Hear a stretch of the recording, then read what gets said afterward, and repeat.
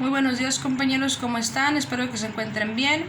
Les saluda su compañera Carmen Rodea y el día de hoy yo les voy a hablar sobre el tema número 17, que es el enfoque intercultural.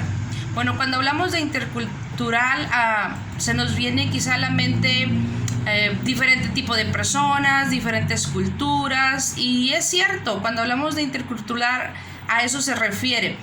Yo tomé esta información del artículo 13, donde habla sobre que la educación debe de ser basada en varios aspectos: en la identidad, el sentido de pertenencia y el respeto desde la interculturalidad.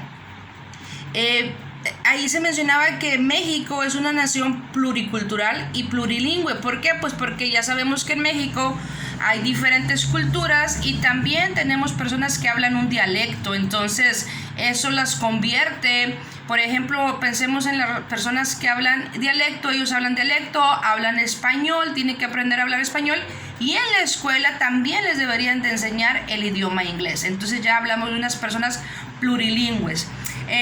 Ciertamente ese es el objetivo de la escuela mexicana, que los niños comprendan lo que es la interculturalidad y bueno, que desde la escuela se fomente el respeto a las diferentes culturas. Tenemos que enseñarle a los niños a respetar a los compañeros, no importa de qué lugar sean ni de dónde vengan. Bueno, en la escuela se tiene que fomentar ese sentido de respeto, ¿ok? Y recuerden que, por ejemplo, si algún niño viene de otro lugar, pues de alguna manera el cambio para ellos es difícil, porque lo mencionaba una compañera el otro día en una clase, tienen que a lo mejor dejar sus tradiciones, dejar sus costumbres y adoptar unas nuevas. Entonces en sí el cambio ya es difícil para ellos. Dice interculturalidad, se refiere a las relaciones de intercambio y comunicación igualitaria entre grupos culturales. Aquí estamos hablando de diferentes culturas, ¿ok? Y según la UNESCO, nosotros debemos de promover que ninguna cultura es superior a otra. Les refiero, todos somos seres únicos con diferentes ideas, diferentes tradiciones o costumbres, pero eso no significa que yo soy superior a mi compañero, y eso es lo que nosotros tenemos que fomentar en la escuela. Entonces somos diferentes grupos con diferentes ideas y diferentes culturas, y eso pues en la escuela es lo que debemos de fomentar. Aquí venían unos principios de la interculturalidad. Primero que nada, reconocer nuestra ciudadanía, o sea, sentirnos orgullosos de ser mexicanos, ¿verdad? Aunque hay cosas que no nos gustan, pero nosotros tenemos que siempre pues sentirnos orgullosos de ser mexicanos. También venía ahí reconocimiento del derecho a ejercer la identidad originaria de los pueblos. Aquí vuelvo a lo mismo. Si vienen niños o si en la escuela nos encontramos con niños que vienen de otros pueblos, pues ellos simplemente traen su identidad, traen sus costumbres, traen su cultura. Otra cosa que nosotros no debemos de hacer es rechazar las culturas y, por ejemplo, esos niños, esas personas, pues tienen que de alguna manera aprender la cultura del lugar a donde llegan, pero no por eso nosotros vamos a rechazarlos o a decir, ¿sabes qué? Esas tradiciones ya no se pueden practicar aquí porque tenemos otra cultura. Ok, también ahí mencionaba que tenemos que tener una comunicación horizontal. Volvemos a lo mismo, tener una comunicación que esté fomentada en el respeto. Recuerden que todos somos diferentes, pero eso no nos hace seres superiores a los demás. También aquí se mencionaba la nación pluricultural.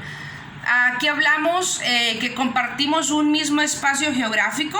Por ejemplo, aquí en Linares, tan simple, si usted se va, no sé, a lo mejor si viene a mi colonia, es diferente a su colonia, las personas, la forma de hablar, la forma de tratarse. Estamos compartiendo el mismo espacio de Linares, pero cada colonia, cada familia tiene su propia cultura, tiene sus reglas, su forma de vivir.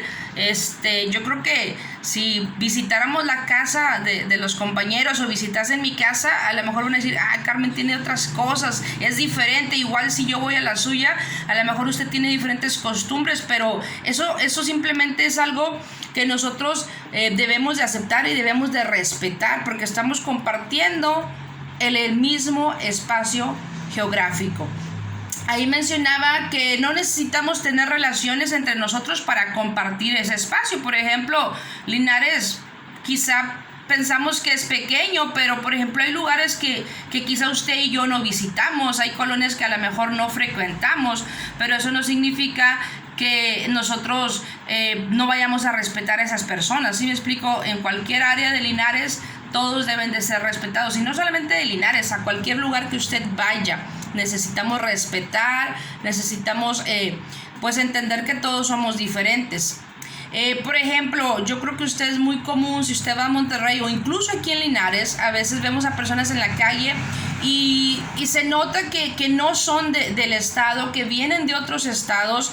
Bueno, pues tratar simplemente de pues no hacerlo sentir mal, de entender que todos somos parte de México, no importa del lugar donde nosotros vengamos o el estado donde fuimos criados o donde nacimos. Aquí dice nación plurilingüe. Es lo que les decía yo. Dice que México es una nación multicultural y plurilingüe sustentada en los pueblos originarios. Recuerden que nosotros en México tenemos áreas, tenemos zonas geográficas donde las personas hablan un dialecto.